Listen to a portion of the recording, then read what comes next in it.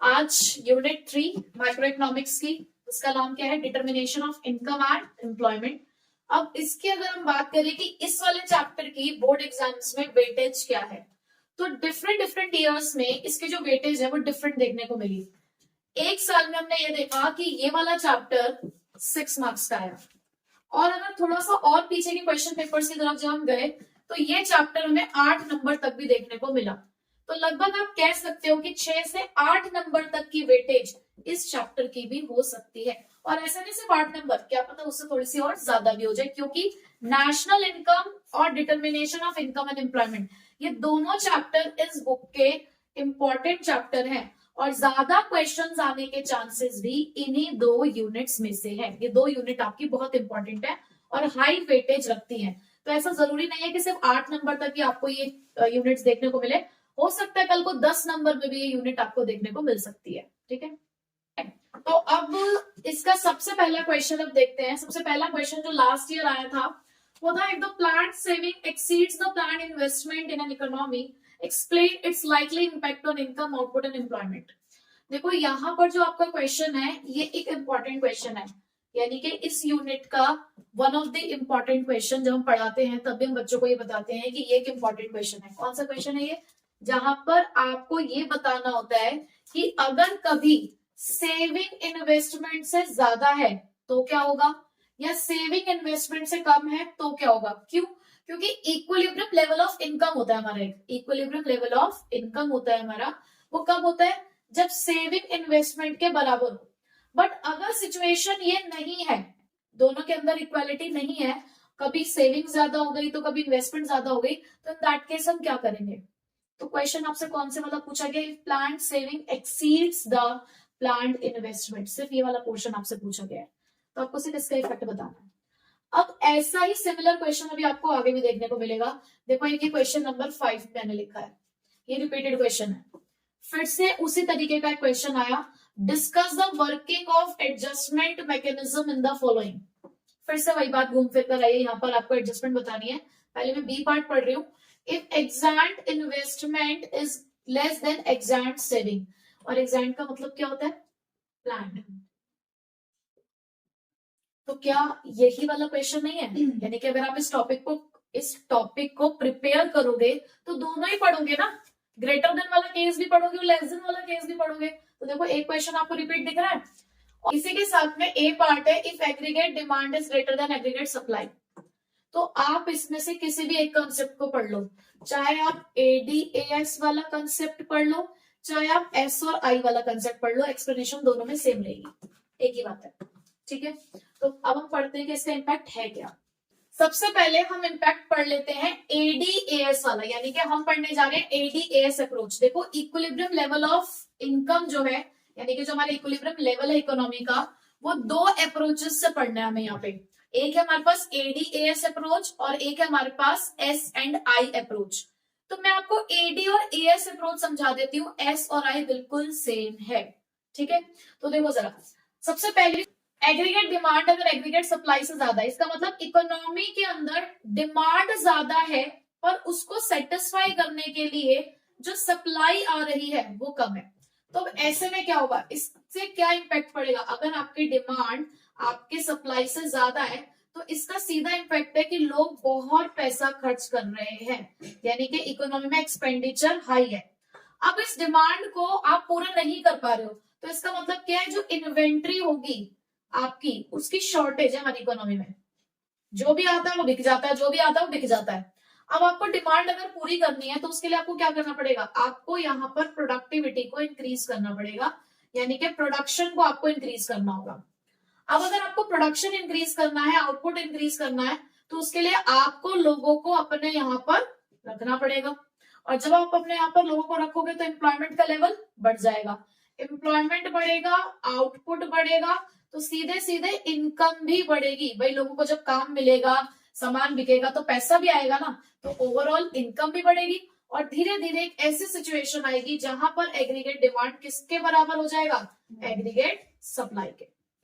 तो ये हमारे मेन पॉइंट्स है, जैसे हमने अच्छे से डेकोरेट करके, डेकोरेट करने का मतलब ये नहीं मैं चांसदार लगाने की बात कर रही हूँ, डेकोरेट का मतलब एक अच्छी सी लाइन बनाकर हमें इनको अपने आंसर में प्रेजेंट करना है। मेन की पॉइंट यही है इसके कि ये चीज होनी चाहिए आपके आंसर में, ठीक है। उसके बाद अगर यही मैं बात करूं कि एग्रीगेट डिमांड कम है एग्रीगेट सप्लाई से, तो इसका मतलब क्या है, इकोनॉमी में एक्सपेंडिचर कम हो रहा है। आप जो सामान बेच रहे हो जनता सब कुछ नहीं खरीद रही है, इसका मतलब यहां पर जो आपकी इन्वेंट्री है वो कैसी है, अनसोल्ड है, बिक नहीं रही इन्वेंट्री। और तुम अगर और प्रोडक्शन करते चले जाओगे तो और ज्यादा इन्वेंट्री क्या होती चली जाएगी, इकट्ठी होती चली जाएगी। तो आपको ऐसे में क्या करना पड़ेगा, प्रोडक्शन को कम करना पड़ेगा। तो प्रोडक्शन कम होगा, प्रोडक्शन कम करने के लिए आपको क्या करना पड़ेगा, आपको एम्प्लॉयमेंट को कट करना पड़ेगा, यानी कि आपको एम्प्लॉयमेंट कम करनी पड़ेगी, एम्प्लॉयमेंट का लेवल कम होगा। जब एम्प्लॉयमेंट का लेवल कम होगा तो भैया प्रोडक्शन कम होगा, आउटपुट कम हो जाएगा, आउटपुट कम होगा, सामान बिकेगा कम तो इनकम भी कम हो जाएगी। और एक पोजीशन ऐसी आकर खड़ी होगी जहां पर फिर से एग्रीगेट डिमांड एग्रीगेट सप्लाई के बराबर आ जाएगा। अब ये जो मैंने आपको कॉन्सेप्ट बताया ये आपका इस वाले क्वेश्चन में भी हेल्प करेगा, फिफ्थ क्वेश्चन में भी, और ये आपकी फर्स्ट क्वेश्चन में भी हेल्प करेगा। मैंने आपको दोनों का इम्पैक्ट बता दिया, एडी ग्रेटर देन वाला भी लेस देन वाला भी। अब अगर S is greater than I वाला कॉन्सेप्ट हमें एक्सप्लेन करना है तो आप मुझे बताइए दोनों में से कौन सा फिट बैठेगा उसके लिए। मैं कह रही हूँ सेविंग ज्यादा है इन्वेस्टमेंट कम है, इसका मतलब लोग पैसा बचा ज्यादा रहे हैं खर्च कम कर रहे हैं, तो वो कौन सा वाला कॉन्सेप्ट है, ये वाला कॉन्सेप्ट है। यानी कि S is greater than I अगर लिखना है तो उसमें ये वाली एक्सप्लेनेशन लिखनी है, तो लेस देन वाले में कौन सी लिखनी है। तो अगर आपको ये वाला क्वेश्चन एक्सप्लेन करना है, इस वाले क्वेश्चन की एक्सप्लेनेशन लिखनी है तो आपको ये वाला लिखना होगा, ठीक है। और उसके बाद जब फिफ्थ क्वेश्चन आया तो फिफ्थ क्वेश्चन में आपको ये वाला एक्सप्लेन करना है, और मतलब दोनों के लिए ही आपको ये एक्सप्लेनेशन लिखनी है, बस यहाँ पर आपको इन्वेस्टमेंट वाला पॉइंट लिखना होगा। ये और ये दोनों पूछे गए हैं इस वाले में। देखो एडी ग्रेटर देन एस में आप ये वाला लिखोगे, और यहाँ लिखा है investment is less than saving, तो वो कौन सा वाला केस है, ये वाला केस है। तो इसमें तो आपसे दोनों ही पूछे गए हैं, ठीक है। तो ये 6 नंबर का क्वेश्चन है, वो 4 नंबर का क्वेश्चन है, वो 4 नंबर में आया हुआ क्वेश्चन, ये 3+3 करके आया हुआ है, ठीक है। नेक्स्ट क्वेश्चन की तरफ चलते हैं। नेक्स्ट क्वेश्चन हमारा न्यूमेरिकल क्वेश्चन है, ये 1 मार्क्स के क्वेश्चन थे न्यूमेरिकल में, तो इसलिए मैंने ये लिख दिया है कि देखते हैं किस तरीके से न्यूमेरिकल 1 मार्क्स के आते हैं। क्वेश्चन है, in an economy the value of MPS, MPS की फुल फॉर्म क्या होती है, मार्जिनल प्रोपेंसिटी टू सेव, आपको 0.25 दे रखा है। What will be the value of increase in income, आपसे पूछा गया है इंक्रीज इन इनकम यानी कि delta Y. If the investment is increased by 200 crore, अगर इन्वेस्टमेंट जो है वो 200 करोड़ से बढ़ती है तो क्या आप जज कर सकते हैं कौन से कॉन्सेप्ट का न्यूमेरिकल है, कौन सा। देखो डेल्टा आई और डेल्टा वाई हमने एक कॉन्सेप्ट में पढ़ा है, वो कॉन्सेप्ट क्या है हमारा, मल्टीप्लायर, इन्वेस्टमेंट मल्टीप्लायर, जिसका फॉर्मूला क्या होता है, डेल्टा वाई अपॉन में डेल्टा आई। उन्होंने हमसे ये पूछा है, बट हमारे पास सिर्फ डेल्टा आई है और के नहीं है, बट के को निकालने का एक और रास्ता जरूर है। हमारे पास ये 3 फॉर्मूले होते हैं मल्टीप्लायर के। अब आप देखो आपके पास क्वेश्चन में एमपीएस है, तो क्या आप के की वैल्यू निकाल नहीं सकते, 1/0.25, ये डेसिमल हटके 0 पर गया, तो मल्टीप्लायर की वैल्यू क्या आ गई है 4। तो अब आप यहाँ पे रिप्लेस करोगे 4 is equals to delta Y upon में डेल्टा आई, डेल्टा आई आपको दे रखा है 200, तो दैट मीन्स डेल्टा वाई कितना आया 800 करोड़। बस आगे आपका आंसर, ये एमसीक्यू क्वेश्चन था, ठीक है।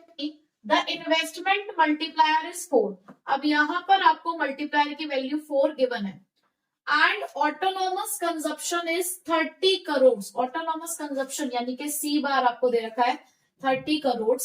The relevant consumption function would be, को पूछा है कंजप्शन फंक्शन, भाई सबसे हम कंजप्शन फंक्शन की इक्वेशन लिख देते हैं, C is equals to C bar plus B Y. आपको 2 चीजों की वैल्यू चाहिए कंजप्शन फंक्शन बनाने के लिए, एक तो ऑटोनॉमस कंजप्शन जो हमारे पास है 30, दूसरा मुझे चाहिए इस बी की वैल्यू, बी को हम क्या बोलते हैं एमपीसी यानी कि मार्जिनल प्रोपेंसिटी टू कंज्यूम, और वाई की वैल्यू तो हमें नहीं चाहिए क्योंकि कंजप्शन फंक्शन बना रहे हैं हम सिर्फ, पर ये एमपीसी की वैल्यू कहां से आएगी, ये आपके पास ये जो के है इससे आएगी। क्यों, क्योंकि आपके पास एक फॉर्मूला होता है के का 1/1 माइनस एमपीसी, ठीक है। या सीधे एमपीएस निकाल लो तो उससे आप 1 में से माइनस करके भी निकाल सकते हो, बात एक ही है, कोई बात नहीं, इसी से निकालते हैं। 4 is equals to 1/1 minus MPC, तो क्या आ जाएगा 4 minus 4 MPC is equals to 1, तो कितना आ गया ये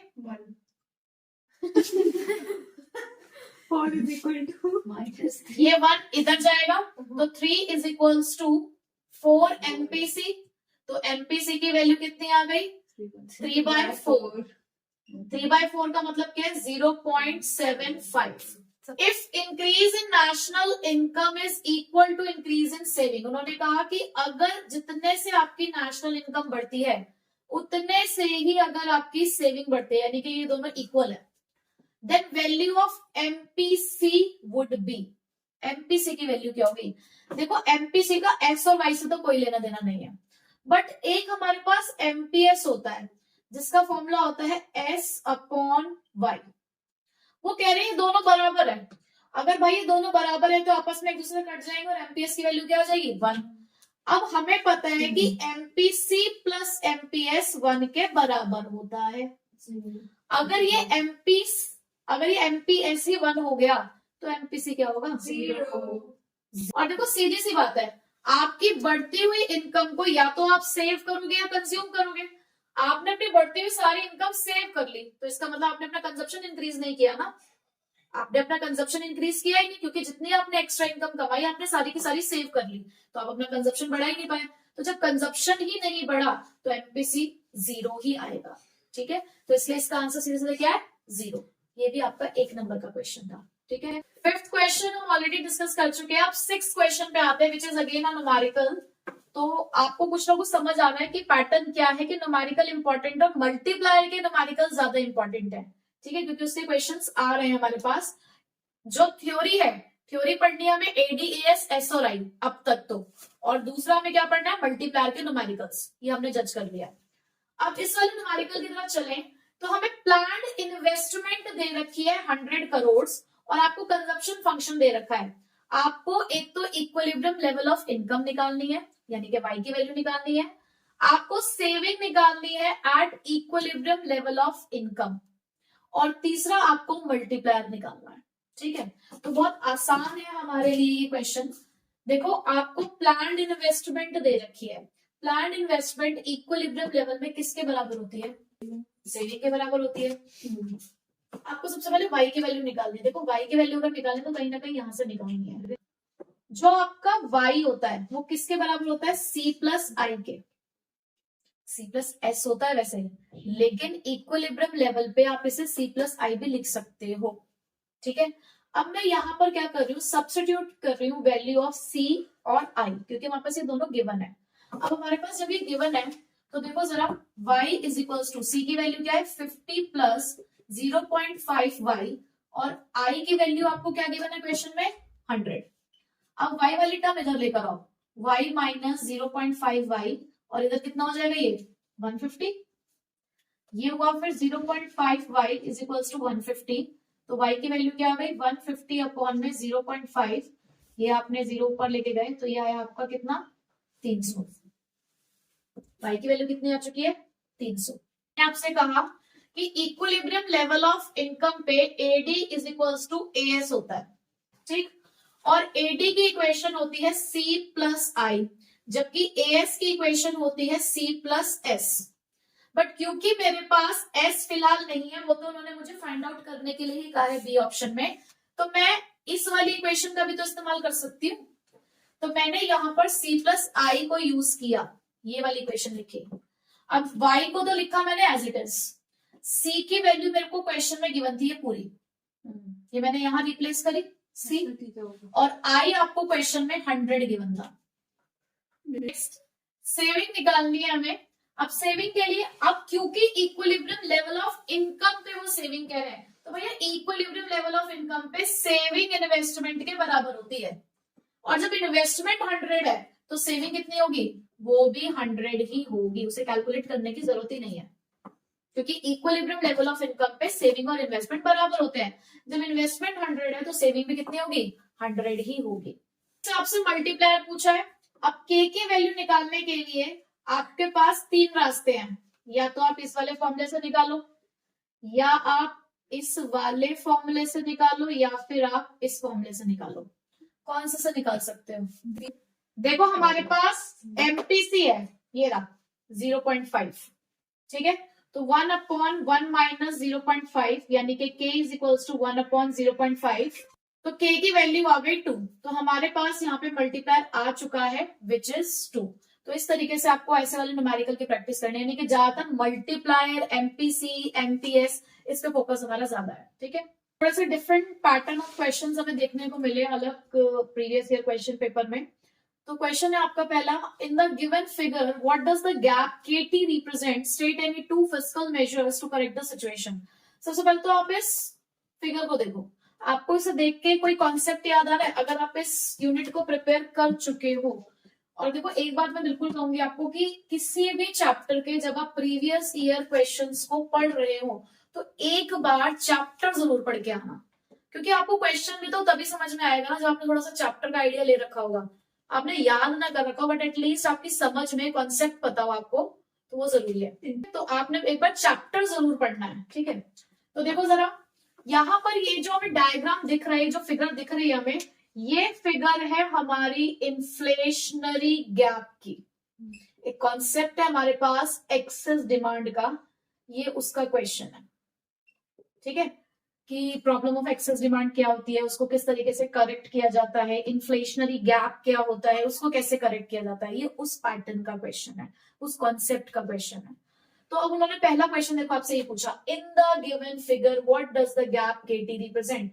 the gap KT represent the inflationary gap, which means the aggregate demand is greater than the aggregate supply, कि हमारी इकोनॉमी में डिमांड ज्यादा है और सप्लाई कम है। एक्सेस डिमांड की सिचुएशन को रिप्रेजेंट करता है ये केटी। पहले क्वेश्चन का आंसर हो गया। अगला क्वेश्चन आपसे क्या पूछा गया, state any two fiscal measures. अब ये फिस्कल मेजर्स क्या है? देखो किसी भी इन्फ्लेशनरी गैप या डिफ्लेशनरी गैप को करेक्ट करने के हमारे पास दो मेजर्स होते हैं। पहला मेजर है फिस्कल मेजर। फिस्कल मेजर का मतलब क्या है? It is the policy of revenue and expenditure of the government. बहुत इजी है जज करना। गवर्नमेंट का रेवेन्यू का सोर्स क्या है, पहले आप मुझे बताइए। Tax, main source tax. अगर मुझे इन्फ्लेशन को कंट्रोल करना है, इन्फ्लेशन को कंट्रोल करने का सीधा सा मतलब है खर्चों को कम करना है, लोगों के हाथों से स्पेंडिंग कम करनी है, तो मुझे टैक्स के लिए क्या डिसीजन लेना चाहिए? टैक्स को बढ़ाना चाहिए, घटाना चाहिए? बढ़ाना चाहिए। तो मुझे रेवेन्यूज बढ़ाने हैं, अपने गवर्नमेंट को अपने रेवेन्यूज बढ़ाने हैं, तो उसके लिए गवर्नमेंट क्या करेगी? टैक्स रेट या तो इंक्रीज कर देगी या न्यू टैक्सेस इंपोज कर देगी। एक्सपेंडिचर, मैंने कहा इन्फ्लेशन को कंट्रोल करने का मतलब एक्सपेंडिचर कंट्रोल करो, तो एक्सपेंडिचर को क्या करना चाहिए गवर्नमेंट को? कम। पब्लिक एक्सपेंडिचर, जो अननेसेसरी एक्सपेंडिचर हो रहे हैं, उसको गवर्नमेंट को क्या कर देना चाहिए? कम कर देना चाहिए। बता दिया हमने। फिस्कल मेजर के अंदर दो और भी चीजें होती हैं, क्या? एक होता है डेफिसिट फाइनेंसिंग। डेफिसिट फाइनेंसिंग का मतलब क्या है? The printing of new currency, यानी कि आपको पैसों की कमी पड़ रही थी इसलिए आपने नई करेंसी प्रिंट करी, डेफिसिट फाइनेंसिंग, ठीक है। तो क्या डेफिसिट फाइनेंसिंग करनी चाहिए इन्फ्लेशन के टाइम पे? नहीं करनी चाहिए, क्योंकि अगर आप और पैसा प्रिंट करोगे तो लोगों के हाथ में और पैसा आएगा, तो गलत है। डेफिसिट फाइनेंसिंग को कम करना चाहिए। पब्लिक बोरोइंग बढ़ा देनी चाहिए, लोगों के हाथ से पैसा लेना है ना, तो ज्यादा से ज्यादा लोगों से कहो कि आप हमारे पास आके पैसा जमा करो, ठीक है। तो ये फिस्कल मेजर है। दूसरे मेजर्स और कौन से हैं? Monetary measures. और अगर आपको मॉनेटरी मेजर पढ़ने हैं तो मैंने आपको मनी एंड बैंकिंग चैप्टर पढ़ाया है। मनी एंड बैंकिंग में हमें एक function of central bank concept है हमारे पास। मनी एंड बैंकिंग यूनिट के अंदर एक कॉन्सेप्ट है ना सेंट्रल बैंक के फंक्शन, उसमें कंट्रोलर ऑफ क्रेडिट। आप उसे वहां पढ़ लो, यहां पढ़ने की जरूरत नहीं पड़ेगी, सेम कॉन्सेप्ट है। अब नेक्स्ट क्वेश्चन क्या है? Define effective demand. अब इसे इफेक्टिव को देख के ना परेशान नहीं होना कि यानी तो कुछ अलग ही तरीके की डिमांड आ गई है। हमने तो सिर्फ एग्रीगेट डिमांड पढ़ा है, एक्सेस डिमांड पढ़ा है, डेफिसिट डिमांड पढ़ा है। ये इफेक्टिव डिमांड क्या होता है? इफेक्टिव डिमांड कुछ नहीं है, it is that level of output at which aggregate demand is equal to the aggregate supply. Effective demand क्या है? वो लेवल ऑफ आउटपुट है जहां पर एग्रीगेट डिमांड एग्रीगेट सप्लाई के बराबर होता है, ठीक है। फिर आगे पूछा, discuss how the effective demand can be restored if exact saving is less than exact investment.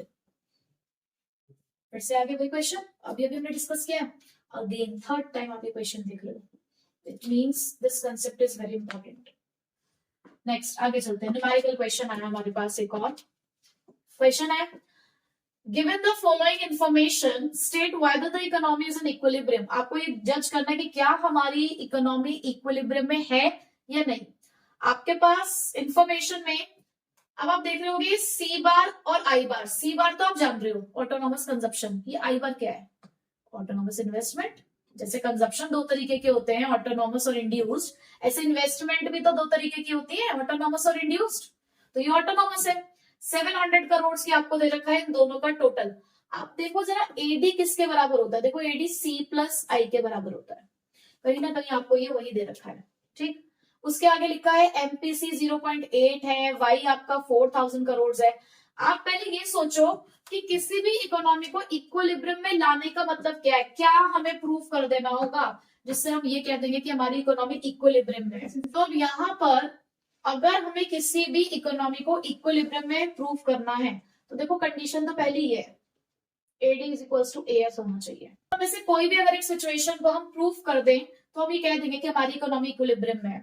अब उसको लेकिन किया कैसे जाएगा, किस तरीके से आप इस काम को कर पाओगे।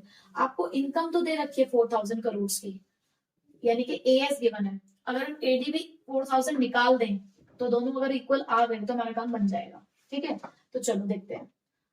अब AD की इक्वेशन होती है भाई C प्लस आई। देखो वो सिर्फ ऑटोनॉमस वाला पार्ट है, हमारे पास इंड्यूस वाली कंजप्शन या इंड्यूस वाली इन्वेस्टमेंट तो है ही नहीं। इन्वेस्टमेंट मुझे इंड्यूस चाहिए भी नहीं, हमें इन्वेस्टमेंट तो ऑटोनॉमस ही चाहिए होती है, लेकिन मुझे कंजप्शन चाहिए इंड्यूस।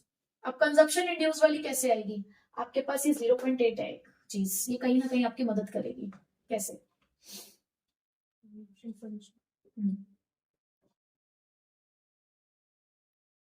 आप इसको जानते हो है ना। आप इस वाली इक्वेशन का यहां पर इस्तेमाल करो, सी bar plus D Y plus आई। ठीक है, देखो ये जो आई लिखते हैं ना ये ऑलरेडी ऑटोनॉमस होता है, इसको हमें बताने की जरूरत नहीं है। ठीक है, अब यहाँ पर ये सी बार प्लस आई बार की वैल्यू तो है हमारे पास, सी बार प्लस आई बार की वैल्यू क्या है हमारे पास 700, तो इसकी जगह मैं 700 लिख सकती हूँ। बी की वैल्यू हमारे पास क्या है 0.8, वाई क्या है हमारे पास 4000। अब देखो यार 700 प्लस 3200 ये तो हमारा निकलकर 3900 आ गया, जबकि हमारी इनकम यानी कि एएस कितना है हमारे पास क्वेश्चन के अंदर, एएस तो हमें 4000 दे रखा है, एडी 3900 है, एएस 4000 है। इसका मतलब हमारी इकोनॉमिक इक्विलिब्रियम में यहाँ पर नहीं है। ठीक है, at what level of income APS is equals to 0 and Y. किस लेवल पे आप ये कह सकते हो कि एवरेज प्रोपेंसिटी टू सेव 0 है। सबसे पहले तो ये एनालाइज करो कि भाई एपीएस 0 कब होगा। देखो फॉर्मूला होता है ये, जिस पॉइंट पे सेविंग 0 होगी उस पॉइंट पे ही सिर्फ ऐसा हो सकता है कि एपीएस 0 आएगा। और सेविंग 0 कब होती है, जब कंजप्शन इनकम के बराबर हो, यानी कि only at the point of break even level. Break even point पे आप कह सकते हो कि सेविंग 0 है। तो उन्होंने आपसे पूछा ना eight what level of income, the level of income at which the consumption becomes equals to the income, at that level APS becomes equal to 0. Next question, what does OA, अरे कितने है ये OA, ये रहा, ये पूछ रहे हैं आपसे, what does OA signify with respect to the consumption function। अब कंजप्शन फंक्शन में ये OA क्या है। अब आप देखोगे कि यार ये सेविंग फंक्शन दे रखा है, पूछ आप कंजप्शन फंक्शन के बारे में रहे हो, ये क्या चक्कर है। पहली बात तो बताओ ये OA क्या रिप्रेजेंट करता है, डिस सेविंग। ये सेविंग वाला कर्व है, नेगेटिव सेविंग जा रही है, दैट मींस डिस सेविंग। और आपको पता है ना कि डिस सेविंग किसके बराबर होती है, ऑटोनॉमस कंजप्शन के बराबर। तो ये जो OA है ये क्या रिप्रेजेंट करता है, ऑटोनॉमस कंजप्शन। और यहाँ पर ये देखो ये ऑटोनॉमस कंजप्शन आपके पास कितना है 50, माइनस तो वो सेविंग के लिए है क्योंकि वो डिस सेविंग है। तो 50 का आपका ऑटोनॉमस कंजप्शन रिप्रेजेंट कर रहा है ये OA। इतना सिंपल क्वेश्चन है, 1.5 नंबर का। ये 1.5 का ये पार्ट था उस क्वेश्चन के अंदर, ये 2 पार्ट थे एक ही क्वेश्चन में जो मैंने अलग अलग लिखे हैं। तो 1.5 का ये था, 1.5 का ये था, और दोनों ही क्वेश्चन इतने इजी थे। ये वाला जो पेपर है आपका ये अच्छा लगा मुझे क्योंकि इसमें जो क्वेश्चंस हैं वो बहुत ही कॉन्सेप्चुअल बेस्ड क्वेश्चंस थे। ठीक है, तो यहां से भी आपको पता चल चुका होगा कि अब आपको किन किन चीजों पे फोकस करना है। एक तीसरा कॉन्सेप्ट ऐड हुआ है इस वाले पेपर में, कौन सा? अब तक हमने देखा एडीएएस, एस और आई और मल्टीप्लाई के न्यूमेरिकल्स, ये दो मेन चलते आ रहे थे। Excess demand, deficient demand, inflationary gap और डिफ्लेशनरी गैप, ये वाला कॉन्सेप्ट भी हमको पढ़ना है। ठीक है, आगे के क्वेश्चंस करते हैं। The consumption function of an economy is C is equals to 40 plus 0.8y. Determine that level of income where APC will be 1. देखो वो तो बाद में डिटरमाइन करेंगे कि लेवल ऑफ इनकम क्या है। सबसे पहले हमें जज करना है कि APC 1 कब होगा। APC का फॉर्मूला होता है C अपॉन में Y।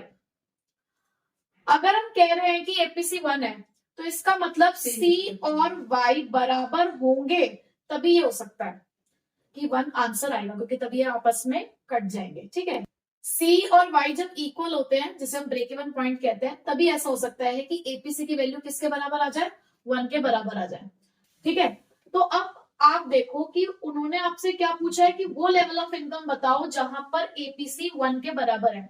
आपको एक इक्वेशन मिल गई यहाँ पर कि भाई C is equal to Y है, इसका मतलब अब आपके पास कंजप्शन फंक्शन है, वहां से आप Y की वैल्यू निकालोगे। तो कंजप्शन फंक्शन क्या है हमारे पास, 40 प्लस 0.8y। अब आप यहाँ पे C की जगह पे Y लिख सकते हो, तो y is equals to 40 plus 0.8y। y वाले टर्म्स उधर लेके जाओगे तो ये बचेगा 0.2y इज इक्वल्स टू 40। तो y is equals to 40 upon 0.2, तो आपके y की वैल्यू क्या आ गई है, 200 करोड़। अगर करोड़ में है तो आप करोड़ लिख दोगे, तो पहले का आंसर मिल गया आपको। Good question. Next, which of the two APC और APS can be negative and why? दोनों में से नेगेटिव क्या है? अगर आपने APC और APS की प्रॉपर्टीज पढ़ी है तो आप बहुत आसानी से ये बता सकते हो कि दोनों में से नेगेटिव कौन सा होता है, APS। क्यों? क्योंकि कंजप्शन तो कभी नेगेटिव होता नहीं है। देखो APC होता है C अपॉन वाई और APS होता है S अपॉन वाई। तो यहाँ पर आपको पता है इनकम तो नेगेटिव होगी नहीं, या तो इनकम जीरो होगी या बढ़ती हुई हमारी इनकम होगी। अब बात आती है C और S के बारे में। भाई कंजप्शन तो कभी नेगेटिव नहीं होता, कंजप्शन जीरो ही नहीं होता, नेगेटिव तो दूर की बात है। बट सेविंग नेगेटिव भी होती है, जीरो भी होती है। तो एपीएस ही हमारे पास ऐसा कंपोनेंट है जो नेगेटिव हो सकता है। तो उसका आंसर आपको पता चल ही गया होगा कि at zero level of income पे भी कंजप्शन होता है, और उस कंजप्शन को हम अपनी सेविंग से ही निकालते हैं, जिसको हम डिस सेविंग कहते हैं। और डिस सेविंग का मतलब ये क्या है, नेगेटिव सेविंग। ठीक है, तो आपको मिल गया आंसर इसका भी। Next, what is meant by effective demand? अभी तो पढ़ के आए हो। अभी जो हमने इससे पहले के क्वेश्चन डिस्कस किए वहां पे हमने सेम डिस्कस किया है। बेसिकली वो आपसे वही पूछ रहे हैं, ये जो एक नया उन्होंने नाम दे दिया ना, इफेक्टिव डिमांड प्रिंसिपल, कुछ नया नहीं है, उन्होंने आपसे ये अप्रोच पूछी है। इस अप्रोच को एक्सप्लेन करना आपको, इसी का आपको डायग्राम बनाना है। ठीक है, next, what will be the delta Y यानी कि change in income if MPC is equal to 0.8 and delta I is 1000 crore. याद आ रहा है किसका क्वेश्चन है, मल्टीप्लायर डेल्टा वाई अपॉन में डेल्टा आई। अब यहाँ पर सबसे पहले मल्टीप्लायर की वैल्यू निकालेंगे आप। तो मल्टीप्लायर की वैल्यू के लिए कौन से वाला फॉर्मूला, 1 अपॉन 1 माइनस एमपीसी। तो k is equals to 1 upon 1 minus 0.8 यानी कि 1 अपॉन 0.2। ये डेसिमल आपने हटाया तो वैल्यू क्या आई आपकी 5। इस 5 को अब यहाँ पर प्लेस करोगे, इसकी वैल्यू आपको निकालनी है। ये 1000 आपको गिवन है, तो डेल्टा वाई की वैल्यू क्या आ चुकी है, 5000 करोड़। ठीक है, ये भी एक नंबर का क्वेश्चन था, एमसीक्यू था, हमने इसको वैसे कर लिया है। अब यहां तक हमने 5 साल के प्रीवियस क्वेश्चन पेपर्स के क्वेश्चंस देख लिए हैं और एक पैटर्न हमें पता चल चुका है। सारे सही रिपीटेड थे ना, तो मैंने कुछ लिखे भी नहीं। जब कुछ सैंपल पेपर मुझे रिपीट से दिखा, फिर से वही वाला क्वेश्चन बार बार लिखा, मैंने लिखा नहीं फिर उसे। ठीक है, वही प्लान वाले वही दे रखे थे उसके अंदर। तो यहां से हमें ये पता चला कि जो मोस्ट इंपॉर्टेंट टॉपिक्स हैं वो कौन कौन से हैं, वही एडीएएस अप्रोच, एसएनआई अप्रोच, मल्टीप्लायर के न्यूमेरिकल्स, इन्फ्लेशनरी और डिफ्लेशनरी वाला कॉन्सेप्ट यानी कि एक्सेस डिमांड और डेफिशिएंट डिमांड वाला कॉन्सेप्ट, ये मोस्ट इंपॉर्टेंट है। देखो ये नहीं होता कि भैया यही आएगा, ये होता है कि एक आपको पैटर्न पता चल गया है। जैसे कि आप नहीं पढ़ पा रहे हो पूरा चैप्टर, तो आपके सामने एक सोल्यूशन है कि यार कम से कम इतना तो पढ़ लें। अगर इन तीन में से एक भी कॉन्सेप्ट का क्वेश्चन आ गया तो बहुत अच्छी बात है ना। फिर से वही वाली बात, कुछ ना करने से कुछ करना बेटर होता है। हमें ऐसा नहीं करना कि बिल्कुल ब्लैंक होके जाने के, इस चैप्टर में से हमने कुछ पढ़ा ही नहीं, कुछ तो पढ़ा है ना, तो क्वेश्चन आएगा तो कुछ तो लिखोगे आप, क्योंकि पूरा चैप्टर रिवॉल्व ही डिमांड और सप्लाई के साथ है ना। और जो आपको मैं कॉन्सेप्ट पढ़ने के लिए कह रही हूँ वो भी डिमांड और सप्लाई के ऊपर ही बेस्ड है, ठीक है। तो इस तरीके से आपकी इस यूनिट की जो प्रिपरेशन है वो प्रीवियस ईयर क्वेश्चन पेपर से भी हो सकती है, ठीक है।